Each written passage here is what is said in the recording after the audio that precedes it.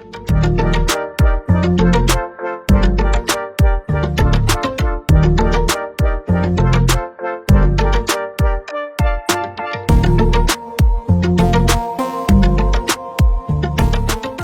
everyone, I'm Susan, and welcome to Studio SG, where every design is excellent, elevated, and exciting. Thank you guys so much for tuning into yet another video.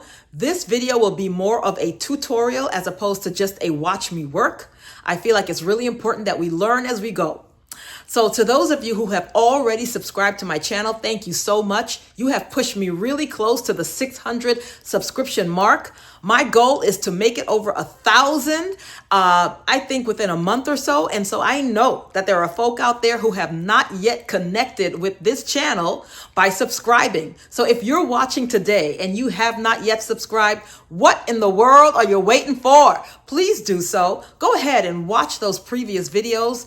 Definitely watch this one and stay tuned for other videos. That means that if you hit that bell, every time I go live like this, you will get notified. You won't miss a beat of anything happening here at Studio SG.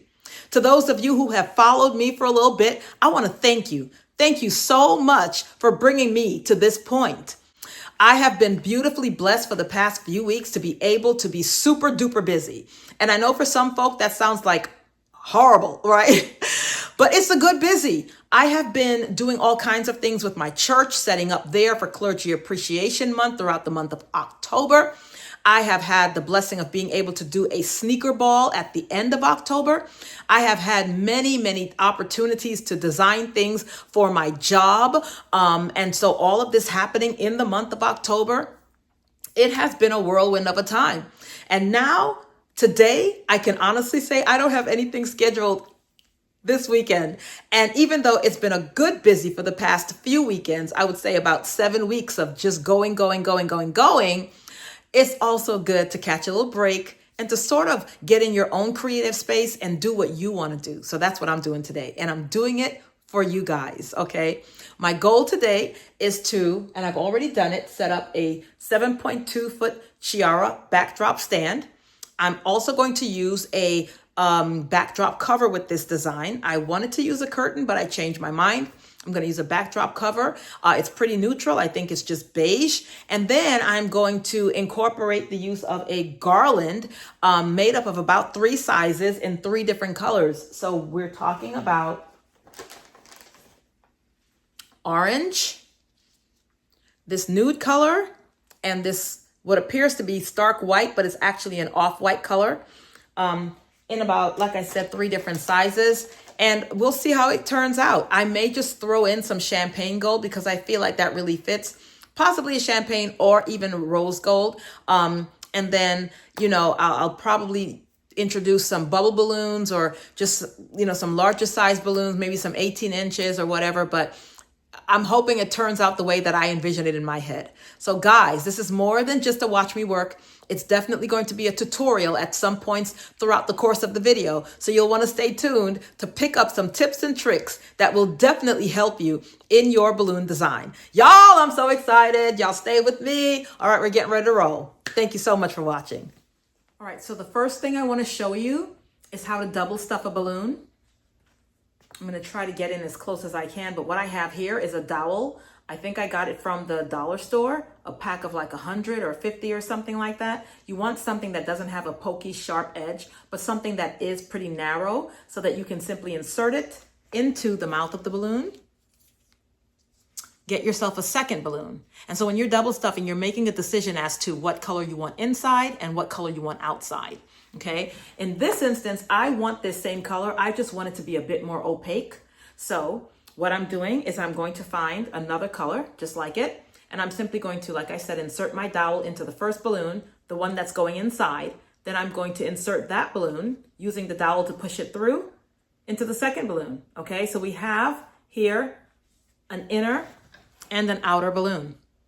Okay, that's the whole double stuffing method. There's no great science to it. I'll do it again using white or this off-white color, simply taking my dowel, sticking it inside. My technique is to make sure that it's centered. The dowel, the tip of the dowel is centered inside the initial balloon, because when you blow up balloons, they have this darker circle on the very top side of it. And a lot of times, if the balloon is sheer enough, you can actually see the inner dark circle peering through the balloon that has its own circle, the outer circle on the outside. So what I mean is, this white balloon will have a little dark circle right at the top, and the balloon that's outside, which is also white, will have its own dark circle. And if you don't line them up, you'll have one dark circle here, one dark circle there. I'm not a fan of the double dark circle look. So I try to make sure that when I put my balloons together, that they line up, that my dowel is kind of centered inside the balloon as I push it into the outer balloon. That makes sense to you, okay? All right, so I'm just gonna keep doing that, and then I'll come back and show you guys, just how I inflate my balloons, and then we'll move forward.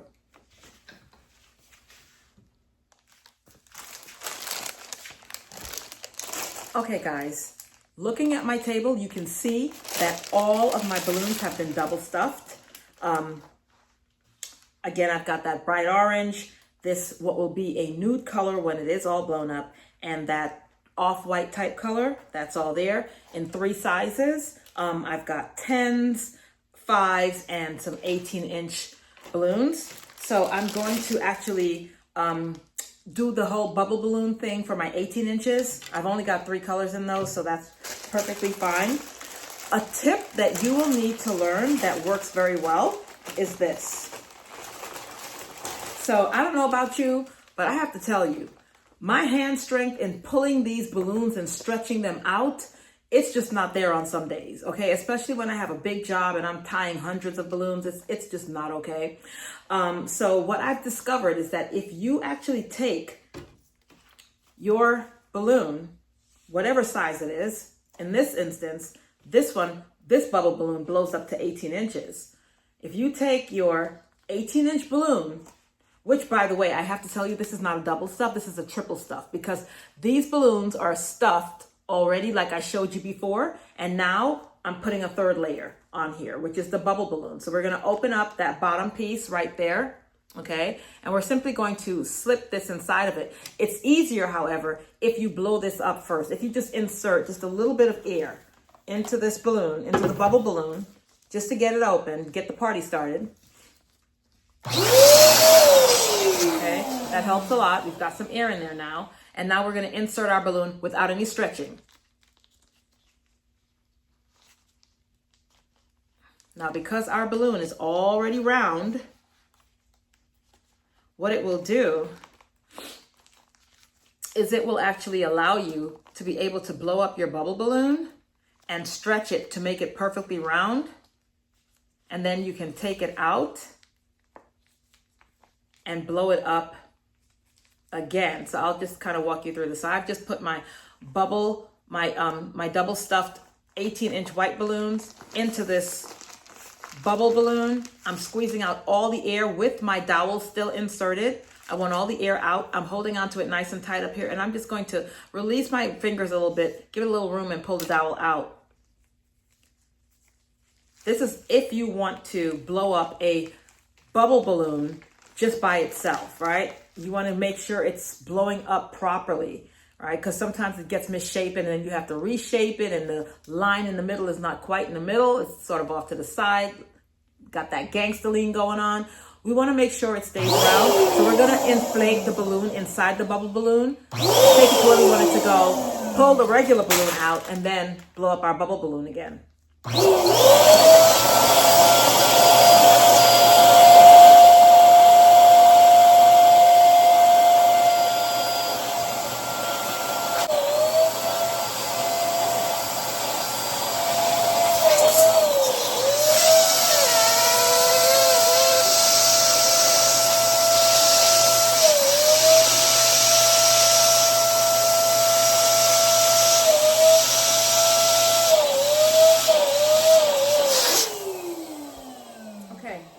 So I don't know if you can see this, but I'm going to bring this to you. The line, can you see that? Is perfectly centered in the middle of the balloon. So that's what inserting the balloon inside of the bubble balloon does without all that stretching. Now, if you just want the bubble balloon to exist, What you're gonna do is you're gonna release all this air.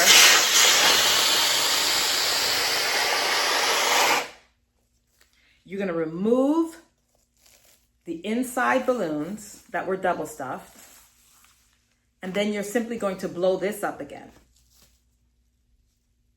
And it looks absolutely terrible. I mean, it looks like a stretched out bag, plastic bag. But now you save your fingers all that trouble.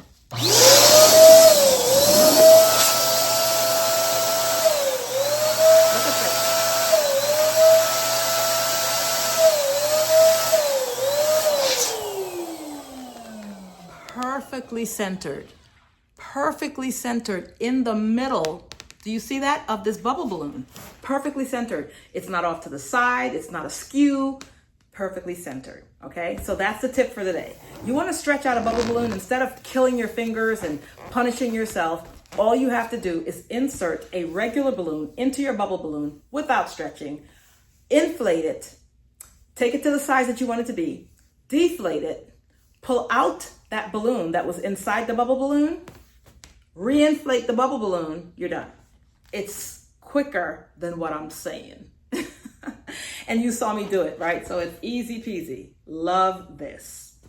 All right, guys, so I actually do want to put my 18 inches in bubble balloons. So I'm going to go ahead and pull 3 of those out because I have 3 different colors, like I said. But I also want some just regular bubble balloons. And so that's why I showed you that technique of how to blow them up without like totally tearing up your hands. Okay, so we're gonna do that again.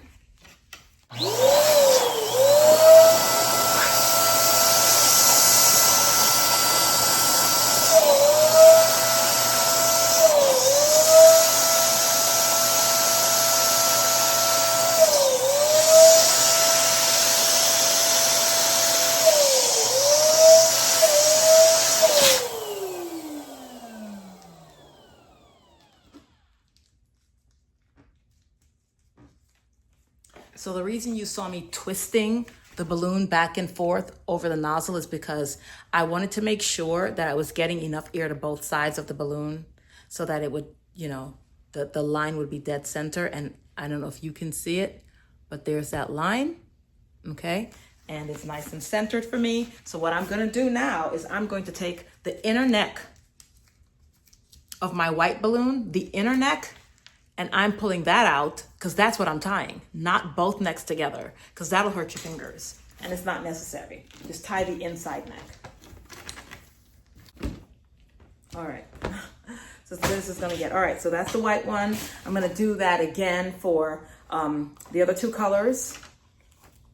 And then that's pretty much it.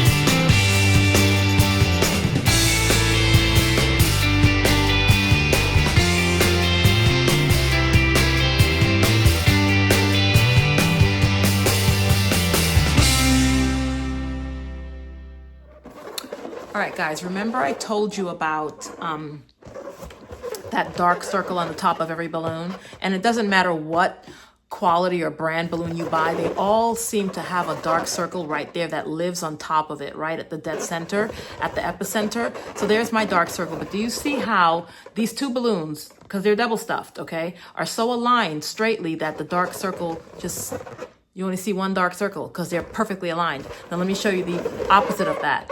Here's one where the dark circles are not properly aligned perfectly because when I inserted the inner balloon into the outer balloon, I didn't line it up properly. And so there you see that. And that was not intentional. Like, that was not a teachable moment. That was not me trying to teach you something. That was literally me just making that mistake. The same thing I told you not to do, I did. But there you see it on camera, right? Y'all see that? All right. Just letting you know, when you double stuff a balloon, no matter what quality it is, what brand it is, you're going to need to insert that balloon properly so that the dark circles align and you only get one dark circle. So I'm getting ready to blow up my 5-inch double stuffed balloons, and the only way to do that is to use this guy right here. Your Best Friend. I got it from Amazon. I think I paid $21 for it. Inflation being what it is, you could be paying upwards of maybe $25 for it now, but it's well worth the money because double stuffed 5-inch balloons are just about impossible to blow up on your standard inflator. And even if you have an inflator that's like $100, sometimes it doesn't, even that expensive inflator doesn't blow it up. There are inflators out there that are far more expensive and they can blow it up, but why would I spend $300, $400, $700 on an inflator to blow up this little guy? Ridiculous. All right, so this guy right here, $22 to $25 on Amazon, and you're all squared away. Another thing I want to point out to you is that I got inspired while I was actually putting these balloons together to sort of mix similar colors. So within the same color scheme, I'm doing sort of like a monochromatic type feel. So what I want to do is bring this to you right now so you can see what I'm talking about, right?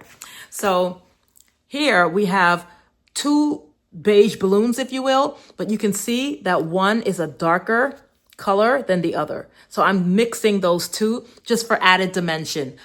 I don't know if it's going to work, but I kind of felt inspired to do that. So let's see if that actually does work out. Okay.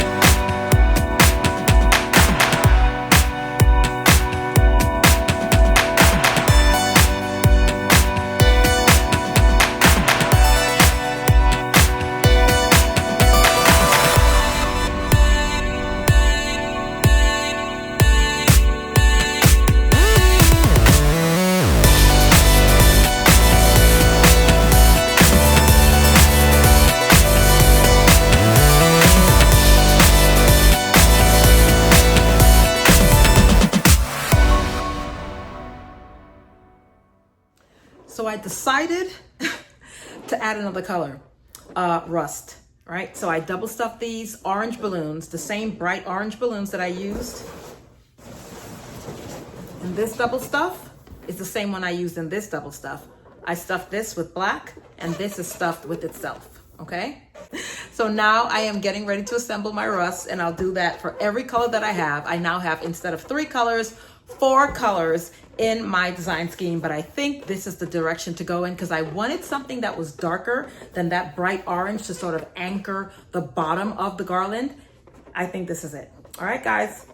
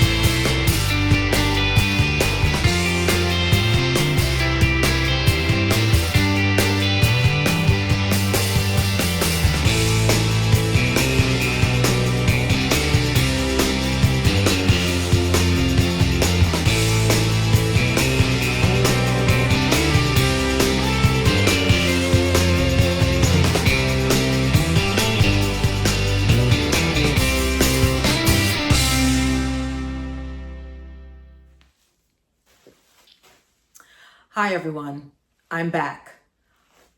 A lot of good things happened when I last turned the camera off. A lot of bad things happened when I last turned the camera off. A lot of high crimes and misdemeanors. This thing, I want to call it a garland, but it was more of a test of my patience and faith. So let me tell you what happened, and it's not the garland's fault. It's actually my fault. I went on Pinterest, I saw this inspo photo, and I instantly thought to myself, let me replicate that, right?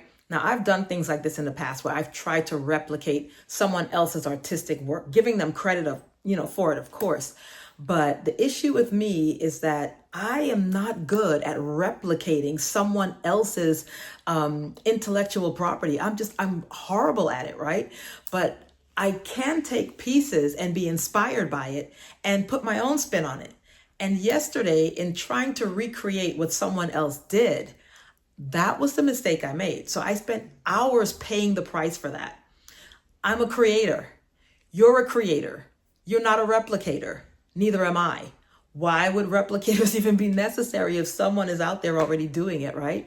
So I should have taken inspiration from the inspo photo instead of trying to expend perspiration recreating what that person did. Long story short, I decided to strip the whole thing down from what I showed you guys initially, and I recreated this entire garland from scratch. I took everything down. I was angry. I was hot. It was late at night when I finally realized I'm doing something I'm not called to do.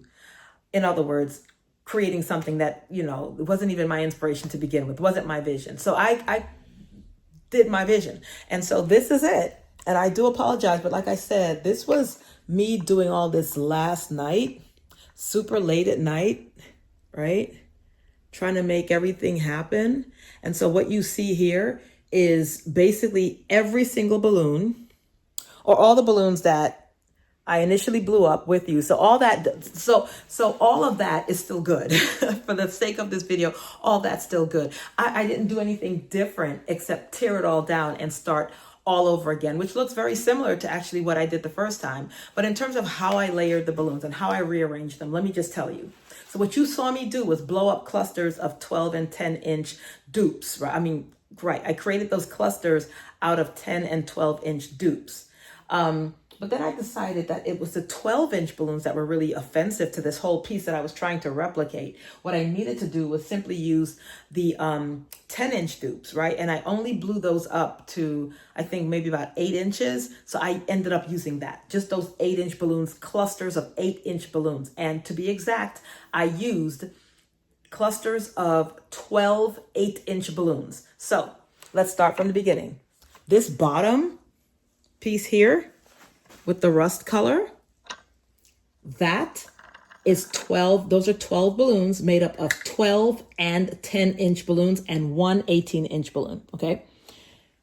All the other pieces, like this orange, these are all 10-inch balloons blown up to 8 inches, and they're in clusters of 12. The same thing holds true for the white. The same thing holds true for the nude color. I don't know if y'all can see this because I don't know where I'm pointing my camera exactly, but that's what this is. You're not going to find 12s amongst this bunch except for right here with this one orange. And then when I got on top, I did need a bigger fill. So I used the nude 12-inch balloons here. But this entire garland is basically the entire base of the garland is built out of 8-inch balloons blown up from 12-inch balloons into 12 balloon clusters, okay?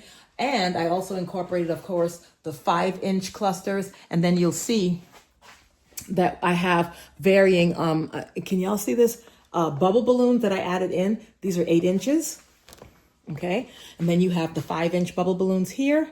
Then you have the larger ones down at the bottom. Now, let me just say that I know you saw me blowing this up prior to. So yes, I do have that large 18-inch nude triple stuff balloon. And then I have some regular bubble balloons here that are, I think this is 18 inches. And then this one is 13 inches here. Okay, that's what I did. That's just literally what I did. I hope that I was pointing the camera in the right places when I was showing you that. But that's how I ended up rebuilding this garland because it didn't feel right. It didn't look right. No matter how I manipulated the balloons, I couldn't turn them in the right direction to recreate what this lady did. And of course, her not really giving any directions because it was a Pinterest picture or a mini video or something. I couldn't figure it out. And then, you know, the Lord sort of reminded me, that's not your calling. It's not your calling to recreate. It's your calling to create. And so that was my problem. So y'all, that's a lesson for life. And that's a lesson for the day. Don't recreate, create. Okay. Create. All right. That being said, we still have to set the scene for this. So I decided to go with an old baby theme. Again, this is just a mock-up. And as I built it out, I was like, what does this look like to me? And old baby is definitely fitting. We could have also gone with a birthday theme for this, but I said, let me just do old baby because I think my happy birthday, well, I don't know. I just wasn't feeling birthday. I was just feeling old baby. Okay. That's the reason. So what we're going to do now is we are going to set the scene, right? We've got this whole tropical feel going on, but we have a lot of fall colors in here. So let's not forget I live in Florida and we have about 3 minutes of winter. Okay, so it's pretty much always a tropical feel down here.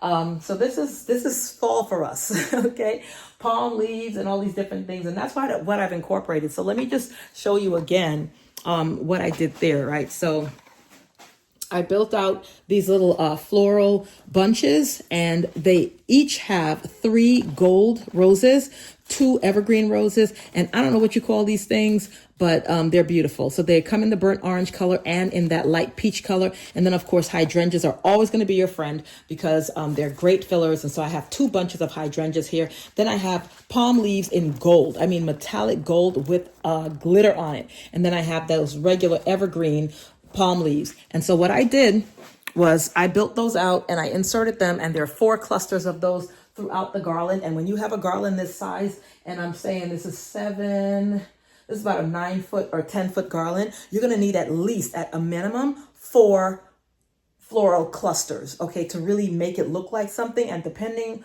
on how wide that garland is, you may need to really make it a very large type of cluster. I tried putting some pampas grass in here and it just didn't, I don't know, it just didn't go. So I went with the evergreen leaves. And so that being said, we're going to finish this scene out. So this gives me a very outdoorsy type feel, very tropical type feel. That being said, I said, well, we need grass. So I brought in my astroturf. I hope y'all can see this. My astroturf fake grass carpet. This is a 5x7 rug that I got from my local discount store. And so I bought that for about $14.99. This was a few months ago. And when I was there buying it for $14.99, they had an entire bin of this stuff. I went back maybe about a week or 2 later and the entire bin was gone. Mind you, that bin had been there for like 2 years and nobody was touching that stuff. And all of a sudden it was like somebody just came in and wiped out all the grass rugs. So at least I got this one. I'm going to go back and check and see if there's another one. I haven't seen any since. So it's always good to have multiples of these types of things, especially if you're doing a larger setup of this. You can actually take those 2 rugs together and extend it out even further. We're just going to do this setup right here. That's all we need. We have to add some accent pieces. Okay. So in thinking about accent pieces, you've got to think about what works in terms of size, in terms of texture, meaning textile, and in terms of color and just the overall look, right? The style of the furniture. So for me, I'm not big on spending a whole lot of money. I'll tell you right now that the store that I got the astroturf rug from is the same store that I bought this piece of furniture from. So what I'm bringing in right now is a Papasan chair, okay? And it has a beautiful chenille chair cover to it. Very soft. Oh my gosh, it is so soft. So it feels amazing, but it's a neutral color because I don't want anything to compete with this garland. This garland is the show, right? And so we don't want anything competing against it from the other side. So I chose a neutral color. And I also decided to introduce some other pieces. So watch me as I layer this whole scene out, finish it out with just a couple of accent pieces and really make it look like something that's totally complete, somewhere where it can either sit alone as a standing backdrop and just decorate a space like my office. My boss absolutely loves it when the office is decorated. So if I put something like this up in my office, which I sometimes do, he totally, everybody in the office totally loves it. Or it could literally be for an occasion. So let me show you what that looks like, okay? Okay, so I'm bringing in that Papasan chair in that neutral chenille finish, okay?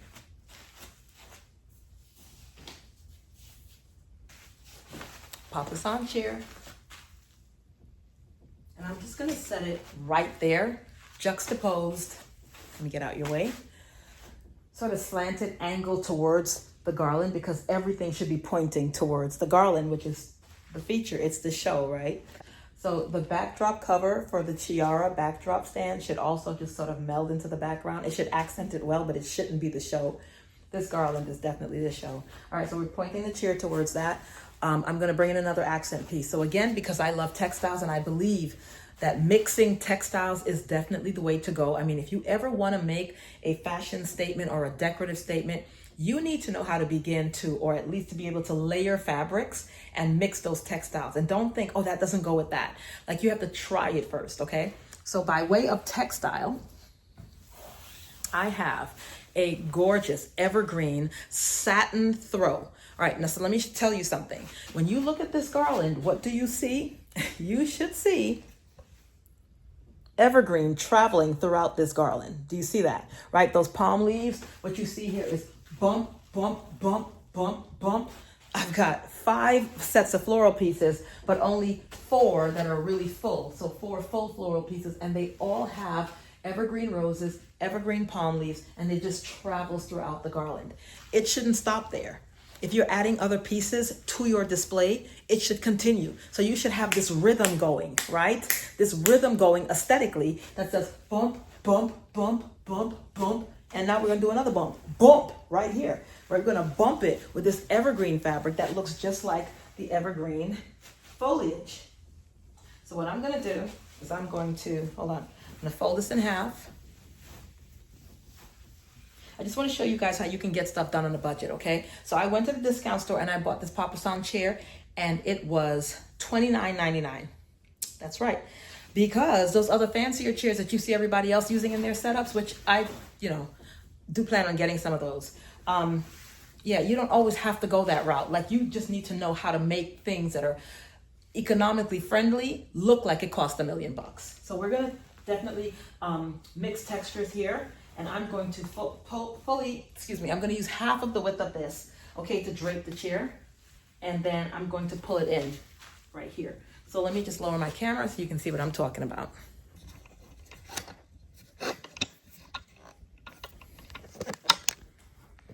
And I'm not sure you can, all right, so let me lower it just a little bit more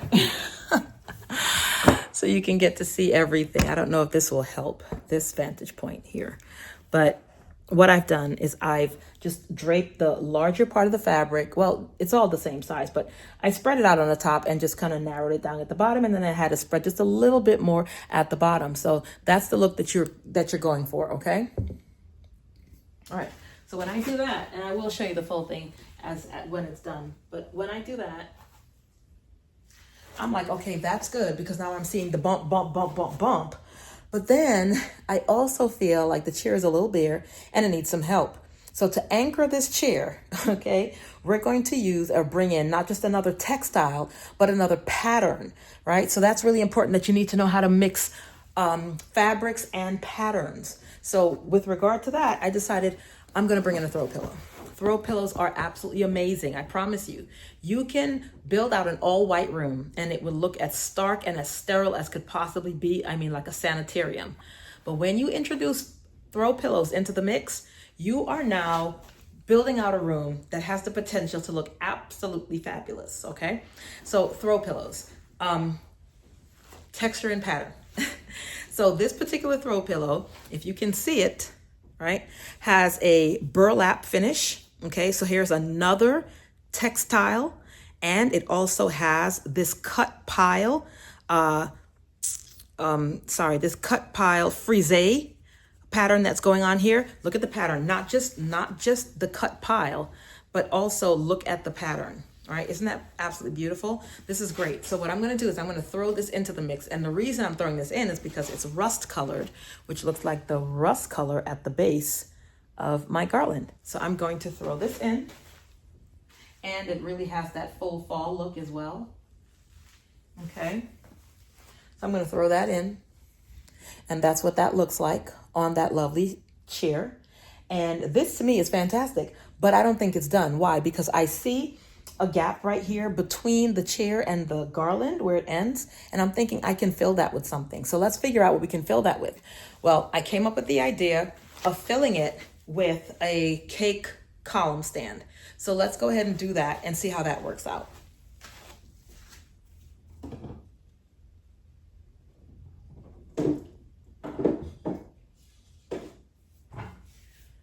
For me, it's all about elevating the look of a space. It's all about creating environments and atmospheres that you wouldn't normally see everywhere else. So for that reason, something like this gives a very homey feel because it kind of takes the place of a side table, right, that you'd see in the living room. So we're gonna just set this down here. And I'd like to set it, okay. I think that's a safe space. So I'm just going to add, so that's good. Like it's good that it's there. It's coming together, right? It's saying something, but it needs to say something else. So let's just add maybe a couple of floral pieces here, maybe even a piece of objet d'art, which is nothing more than French for an object of art or an art object. So something that's just, I don't know, it's artistic, if you will. All right. So I have an orchid that I think would go well here. Okay. Then I can also bring in